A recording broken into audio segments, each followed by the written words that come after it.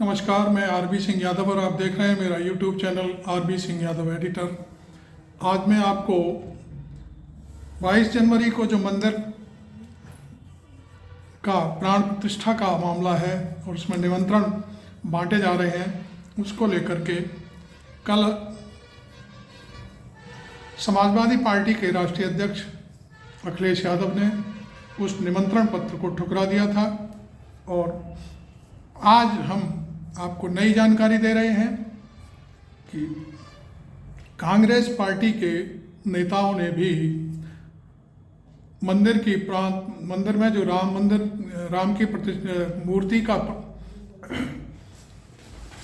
उद्घाटन किया जा रहा है प्रधानमंत्री नरेंद्र मोदी द्वारा, उस पर भी उन्होंने उस निमंत्रण को ठुकरा दिया है। इस मामले में हम आपके साथ देश के जाने माने पत्रकार रवीश कुमार के साथ पूरी जानकारी देंगे और आप मेरे साथ जुड़े रहिए।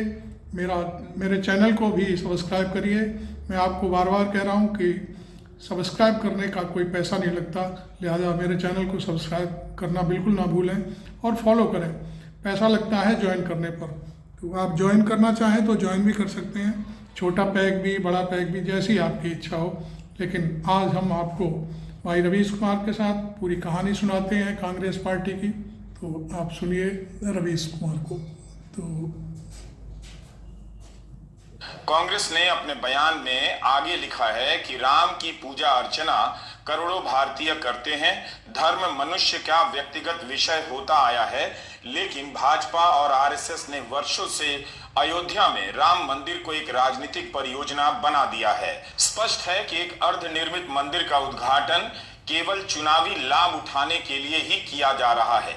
2019 के माननीय सर्वोच्च न्यायालय के निर्णय को स्वीकार करते हुए एवं लोगों की आस्था के सम्मान में श्री मल्लिकार्जुन खड़गे, श्रीमती सोनिया गांधी एवं श्री अधीर रंजन चौधरी भाजपा और आरएसएस के इस योजना के निमंत्रण को ससम्मान अस्वीकार करते हैं। कांग्रेस 22 जनवरी के प्राण प्रतिष्ठा कार्यक्रम में शामिल नहीं होगी। कांग्रेस से पहले सीपीएम ने भी राम मंदिर के उद्घाटन कार्यक्रम में जाने से मना कर दिया। सीपीएम नेता सीताराम येचुरी को भी निमंत्रण मिला था। सीपीएम का आधार अलग था। वाम दल ने कहा कि वे धर्म और राजनीति के मिक्स किए जाने के खिलाफ हैं। अयोध्या में एक धार्मिक आयोजन का राजनीतिकरण किया जा रहा है। कांग्रेस की वजह थोड़ी अलग है। कांग्रेस ने कहा है कि मंदिर का निर्माण पूरा नहीं हुआ है, चुनावी लाभ के लिए अर्धनिर्मित मंदिर का उद्घाटन हो रहा है और बीजेपी ने इसे राजनीतिक परियोजना का रूप दे दिया है। कांग्रेस ने वही लाइन ली है जो शंकराचार्य ने ली है और संतों ने ली है।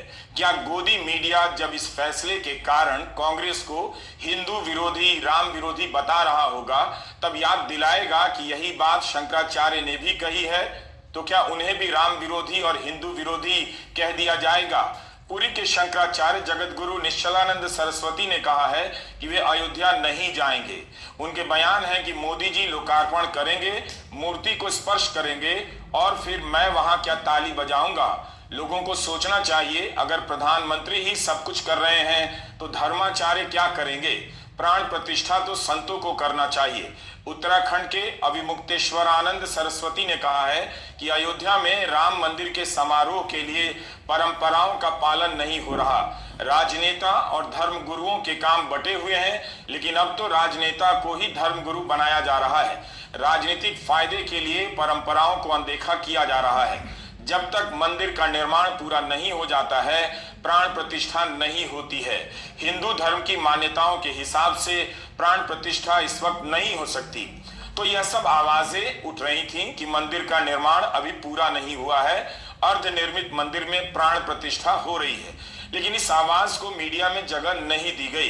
कांग्रेस ने एक और कारण बताया कि बीजेपी और आरएसएस ने राम मंदिर को राजनीतिक परियोजना में बदल दिया है, यानी एक ऐसी योजना जिसके कई लाभ लिए गए हैं, लिए जा सकते हैं। कांग्रेस का यह फैसला आसान राजनीतिक फैसला नहीं है, लेकिन एक ऐसे वक्त में जब राम मंदिर के बहाने मॉल से लेकर दुकानदारों तक को आग्रह के नाम पर यह आदेश दिया जा रहा है, जिसे धमकी नहीं कहा जा रहा है कि आप राम मंदिर की प्रतिकृति खरीद कर अपनी दुकान के आगे रखें, तो निश्चित रूप से मंदिर के बहाने समाज को हाँकने की भी कोशिश हो रही है, ताकि वातावरण राजनीतिक नजर आए और संपूर्ण नजर आए। अपनी इच्छा से करने का विकल्प नहीं छोड़ा जा रहा है। एक स्थिति की कल्पना आप कीजिए, कांग्रेस के नेता जाते तो दर्शन के लिए जा सकते थे, मगर क्या उन्हें प्रधानमंत्री मोदी का भाषण भी सुनना चाहिए था? 28 दिसंबर 2023 की यह खबर देखिए।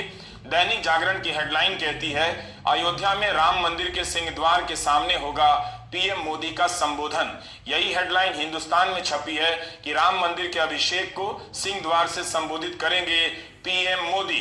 खबरों में लिखा है कि राम लला के विग्रह की विधि विधान से प्राण प्रतिष्ठा होने के बाद मोदी राम मंदिर के सिंह द्वार से अतिथियों को संबोधित करेंगे। क्या ये राजनीतिक नहीं है? मुख्य अतिथि कौन है, यही सोच लीजिए, पता कीजिए। सत्ता की हाँ में हाँ मिलाने वाले फिल्मी कलाकार, पत्रकार बुलाए गए। ऐसे लोग भी बुलाए गए हैं जो इसलिए अतिथि हैं क्योंकि राज्य सत्ता की कृपा उन पर बरसती रहती है और वे हर गलत को नजरअंदाज कर जाते हैं। राम मंदिर के बहाने एक ऐसा वातावरण बनाया जा रहा है कि जो भी सवाल उठाएगा उसे धर्म विरोधी, राम विरोधी बता दिया जाएगा। इस काम को करने वाले गोदी मीडिया के एंकर भी आमंत्रित किए जा रहे हैं और अच्छे और सच्चे पत्रकारों को नहीं बुलाया गया। आप सभी राम भक्त हैं, मगर डरपोक कब से हो गए? क्यों नहीं पूछा कि जिनकी पत्रकारिता में जनता के लिए सवाल नहीं है, जिनकी पत्रकारिता में प्रधानमंत्री से कोई सवाल नहीं, जिनकी पत्रकारिता में कई तरह के झूठ हैं, क्या वही राम के सामने खड़े होने के योग्य ठहराए जाएंगे? आपकी भक्ति का इस्तेमाल हो रहा है या नहीं, या आपको क्यों नहीं दिख रहा? यही नहीं, खबरें भी देखिए कि क्या क्या छप रही हैं। अंबानी और अदानी भी मुख्य अतिथियों में होंगे। इन्हें किस कैटेगरी में बुलाया गया है? अदानी को लेकर पिछले एक साल में दुनिया भर में कितनी खबरें छपी, कितने सवाल उठे। 24 जनवरी 2023 को हिंडनबर्ग की रिपोर्ट आई। ठीक एक साल बाद अदानी राम मंदिर के सामने अतिथि होंगे और पूरे देश के सामने स्वीकृत समादृत होते रहेंगे, पूजनीय अतिथि बनकर दिखाए जाएंगे। कांग्रेस को तब क्या करना चाहिए था? क्या यह पूछना चाहिए कि सोनिया गांधी को अदानी के बगल में कुर्सी मिलेगी या अदानी के बहुत पीछे कुर्सी मिलेगी? यह पूजा अर्चना का कार्यक्रम है या बैठने की जगह के हिसाब से किसी की हैसियत बताने का कार्यक्रम? क्या यह सवाल नहीं बनता है? जिस अदानी और मोदी को लेकर कांग्रेस कई तरह के गंभीर आरोप लगाती है, उनके साथ उस आयोजन में कैसे नजर आ सकती है? क्या इसलिए उसे नजर आना चाहिए कि यह आयोजन राम के नाम पर हो रहा है? तो राम के नाम पर ही तो कोई गलत का गलत कह रहा है, कैसे वो गलत के साथ जाकर सही की तरफ बैठ जाएगा? अब आप ही बताइए, क्या कांग्रेस को अदानी के बगल में बैठकर या आसपास बैठकर प्रधानमंत्री मोदी का राजनीतिक भाषण सुनना चाहिए? बहुत आसानी से गोदी मीडिया या बीजेपी का तंत्र उनके भाषण को राष्ट्रीय भाषण कह देगा, लेकिन क्या वो राजनीतिक नहीं होगा? प्रधानमंत्री को ही हर मौके पर क्यों भाषण देना चाहिए? क्या ऐसे मौके पर किसी धर्मगुरु शंकराचार्य का भाषण नहीं हो सकता था? लेकिन अगर प्रधानमंत्री का भाषण हो भी रहा है तो फिर विपक्ष के किसी नेता का क्यों नहीं होना चाहिए था? देश सुनता कि राम के सामने विपक्ष और सत्ता पक्ष के नेता किस तरह के भाषण देते हैं, किस तरह की धार्मिक जिम्मेदारियों का एहसास कराते हैं। सब कुछ एक तरफा क्यों हो रहा है? राष्ट्रपति का भाषण क्यों नहीं हो सकता था? बल्कि देश ने इस सवाल को तवज्जो ही नहीं दिया कि राष्ट्रपति द्रौपदी मुर्मू का कहीं नाम ही नहीं। अगर राम मंदिर का उद्घाटन एक राष्ट्रीय प्रोजेक्ट है, तब तो इसमें सबसे पहले राष्ट्रपति को बुलाया जाना चाहिए। संसद भवन का उद्घाटन हो रहा था, वहां भी राष्ट्रपति नहीं बुलाई गई। सारा कार्यक्रम मोदी के लिए, मोदी के द्वारा और मोदी का था। इस बार भी अयोध्या में जो कार्ड छपा है, पहले नंबर पर प्रधानमंत्री मोदी हैं, उनके बाद मोहन भागवत हैं, फिर यूपी के राज्यपाल और मुख्यमंत्री हैं। इससे तो साफ है कि यह कार्यक्रम संघ का है, राष्ट्रपति नहीं बुलाई गई। संघ से मोहन भागवत को किस हैसियत से उन्हें इस सूची में रखा गया? क्या वे राष्ट्र प्रमुख हैं? यह सवाल उठा था, मगर दबी जुबान में, और इसे दबा दिया गया। सभी दलों का यही स्टैंड था कि सुप्रीम कोर्ट जो भी फैसला देगा स्वीकार करेंगे। जब सबने स्वीकार किया, तब यह कार्यक्रम राजनीतिक क्यों होना चाहिए और क्यों लगना चाहिए? आप कहेंगे कि राजनीतिक कैसे है, तो फिर आप उन खबरों की तरफ झांक कर देखिए और खुद से जवाब ढूंढ लीजिए। ये खबरें छपी हुई हैं जिनकी कतरने हम आपको स्क्रीन पर दिखा रहे हैं। लिखा है, संघ परिवार के हाथ में रामलला के प्राण प्रतिष्ठा की कमान। यह खबर छपी है। क्या यूपी सरकार या भारत सरकार सक्षम नहीं है? क्या इस तरह के कार्यक्रम इस देश में संघ परिवार ही कराता रहा है?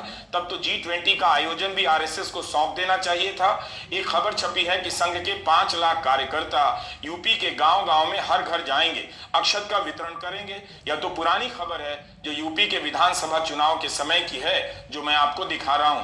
अयोध्या की मिट्टी और मंदिर के प्रसाद को बांटा जा रहा था, जाहिर है वोट के लिए। यह खबर अमर उजाला में छपी है। मंदिर ट्रस्ट के चंपत राय ने कहा है कि राम मंदिर शैव, शाक्त और सन्यासियों का नहीं है, पूजा रामानंद परंपरा से की जाएगी। एक तरफ सबके राम का नारा चल रहा है, दूसरी तरफ एक संप्रदाय की बात कही जा रही है।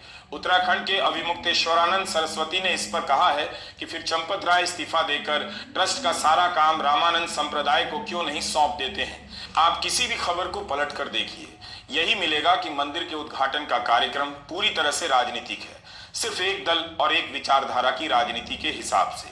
आज इस दल के पास सत्ता है, पैसा है, मीडिया है, लाखों कार्यकर्ताओं की फौज है, जगह जगह पोस्टर लगा दिए गए हैं, आपके घरों के सामने स्टिकर लगा दिए गए हैं। क्या उनमें राष्ट्र है? क्या उनमें भारत है? या भाजपा की राजनीति के रंग और तस्वीरें हैं और उनके नेताओं की तस्वीरें हैं? क्या बीजेपी ने ऐसा कोई भी पोस्टर लगाया है जिससे लगे कि वह राजनीति नहीं कर रही है, राम की पूजा कर रही है? किसी भी तरह से देखिए तो 22 जनवरी का दिन बीजेपी और संघ का दिन है। इन्हें पता है कि हर आदमी राम का नाम लेता है, राम के नाम पर वह किसी से सवाल नहीं करेगा, तो क्या इसका लाभ उठाकर राममय के नाम पर पूरे देश को भाजपामय नहीं बनाया जा रहा? सवाल तो है, मगर पूछेगा कौन? गोदी मीडिया तो इस सवाल को कुचल देगा। क्या राम मंदिर भाजपा का राजनीतिक प्रोजेक्ट नहीं है? अगर नहीं है तो फिर यह सब क्या है? राम मंदिर के लिए निकाली जा रही यात्रा की इस बस में तस्वीर किसकी है? क्या किसी अन्य दल के नेता की है जिन्होंने सुप्रीम कोर्ट पर राम मंदिर के फैसले का स्वागत किया है, फैसले का साथ दिया है? अगर यह राजनीतिक नहीं है तो फिर क्या है? बीजेपी और आरएसएस ने मिलकर राम मंदिर के उद्घाटन को राजनीतिक, राजकीय और धार्मिक आयोजन में बदल दिया है। पार्टी की तरफ से जगह जगह यात्राएं निकाली जा रही हैं, जश्न मनाने के आवरण में राजनीतिक गोलबंदी हो रही है। अगर यह सब नहीं है राजनीति, तो वहां निर्माण से संबंधित किसी भी कार्य में आरएसएस, विश्व हिंदू परिषद और बीजेपी के अलावा किसी और दल से जुड़े या किसी भी तटस्थ व्यक्ति की भूमिका आपने देखी है? ऐसी कोई खबर पड़ी है जिससे लगे कि यह कार्यक्रम भाजपा का राजनीतिक प्रोजेक्ट नहीं है? क्या मंदिर ट्रस्ट की तरफ से ही बुलाने को लेकर राजनीति नहीं हो रही? बीजेपी के ही संस्थापक नेता रहे हैं लाल कृष्ण आडवाणी, मुरली मनोहर जोशी, इन्हें कार्ड देकर कहा गया कि आप ना आए। क्या यह राजनीति नहीं है? शिवसेना के अध्यक्ष उद्धव ठाकरे को नहीं बुलाना राजनीति नहीं? गठबंधन के ही सभी नेताओं को निमंत्रण नहीं मिला, फिल्म स्टार को मिला है। 2 फिल्म स्टार कम किए जा सकते थे, उद्धव ठाकरे को बुलाया जा सकता था। कांग्रेस सांसद शशि थरूर ने कहा कि कांग्रेस पार्टी को नहीं बुलाया गया, केवल 3 नेताओं को बुलाया गया। उस निमंत्रण पत्र को आप किसी दूसरे को नहीं सौंप सकते, उनके ही नाम लिखे हैं वही जा सकते हैं। चंपत राय को बताना चाहिए कि बीजेपी और संघ से कितने नेता आ रहे हैं, विपक्ष से कितने लोग बुलाए गए हैं, इनमें कोई संतुलन और अनुपात का ध्यान रखा गया है या नहीं। फिल्म कलाकारों में उन्हीं को क्यों बुलाया गया है जो हाँ में हाँ करते हैं, मगर हाँ में हाँ नहीं मिलाने वाले कई कलाकारों को क्यों छोड़ दिया गया? राम के नाम पर राष्ट्र का निर्माण हो रहा है या केवल हाँ में हाँ मिलाने वालों का राष्ट्र बनाया जा रहा है? किसी को बुलाकर कहना मत आइए, किसी को मत बुलाइए, क्या यह सब राजनीति नहीं? और यह राजनीति कौन कर रहा है? इंडियन एक्सप्रेस में उमा भारती का एक इंटरव्यू पढ़िए। राम भक्ति पर हमारी कॉपीराइट नहीं, भगवान राम और हनुमान जी बीजेपी के नेता नहीं है। मैं तो विपक्ष से कहूंगी कि वो अपने भय से बाहर आए, आयोजन में शामिल हो, लेकिन मैं बीजेपी से भी कहती हूं अपने अहंकार से बाहर आए। उमा भारती का यह बयान काफी महत्वपूर्ण है। वे बीजेपी से कह रही हैं कि अहंकार से बाहर आए। क्या बीजेपी अहंकार में डूब गई है? उमा भारती ही ज्यादा बता सकती हैं। सुप्रीम कोर्ट के फैसले में ही लिखा था कि मंदिर निर्माण के काम के लिए सरकार एक ट्रस्ट बनाए, मगर यह कहीं नहीं लिखा था कि मंदिर निर्माण के उद्घाटन समारोह में संघ का ही दबदबा रहे और उस ट्रस्ट में एक ही राजनीति और संगठन के लोग नजर आए। विपक्ष सहमति और आस्था के सम्मान के नाम पर केवल हाँ में हाँ मिलाता रहा। खैर, इस फैसले से भी कांग्रेस ने खुद को इंडिया गठबंधन के भीतर दांव पर लगा दिया है। इंडिया गठबंधन के कई दलों के नेताओं को निमंत्रण मिला है, वे जाएंगे भी। क्या वे शामिल होने के फैसले पर कायम रहेंगे या कांग्रेस की राह पर चलेंगे, देखेंगे। कांग्रेस का यह फैसला जोखिम भरा है। प्रचार तंत्र में वो पिछड़ जाएगी और खुद से भी पिछड़ जाती है। उसे अपनी बात जनता तक ले जाने में पसीने छूट जाएंगे। गोदी मीडिया कांग्रेस को धर्म विरोधी दल के रूप में स्थापित कर देगा, लेकिन इस भय से कब तक कोई दल राजनीति करेगा। कांग्रेस ने वही कहा जो कई संत दबी जुबान से कह रहे हैं, कई खुलकर भी कह रहे हैं। कांग्रेस अब अपनी लाइन बनाने लगी है। बीजेपी की तरह होते होते उसे खास राजनीतिक लाभ नहीं मिल रहा। जो भी चिंतक यह कहते रहे कि कांग्रेस की दिक्कत यह है कि बीजेपी की तरह होने लग जाती है, ओरिजिनल नहीं है। क्या अब वे कांग्रेस के इस कदम की सराहना कर पाएंगे? नहीं, उन्हें हर बात में बीजेपी की ही तारीफ करने का आदेश है। यही इस दौर का सार्वभौमिक आदेश है। दूसरी तरफ कांग्रेस क्या अपनी बात पहुंचाने के लिए जोर लगाएगी? क्या उसके नेता गांव-गांव जाएंगे बताने के लिए कि क्यों 22 जनवरी के कार्यक्रम में नहीं जाने का फैसला हुआ है, या प्रेस रिलीज ट्वीट कर छुट्टी कर लेंगे? बीजेपी ने मंदिर के उद्घाटन को घर घर पहुंचा दिया है। ऐसा राजनीतिक माहौल बना दिया है जिसमें कोई नेता सही सवाल करने की हिम्मत नहीं कर पा रहा। कुछ ने करने की कोशिश की, मीडिया उसे दिखा नहीं रहा। नमस्कार, मैं रवीश कुमार। थैंक यू रवीश भाई।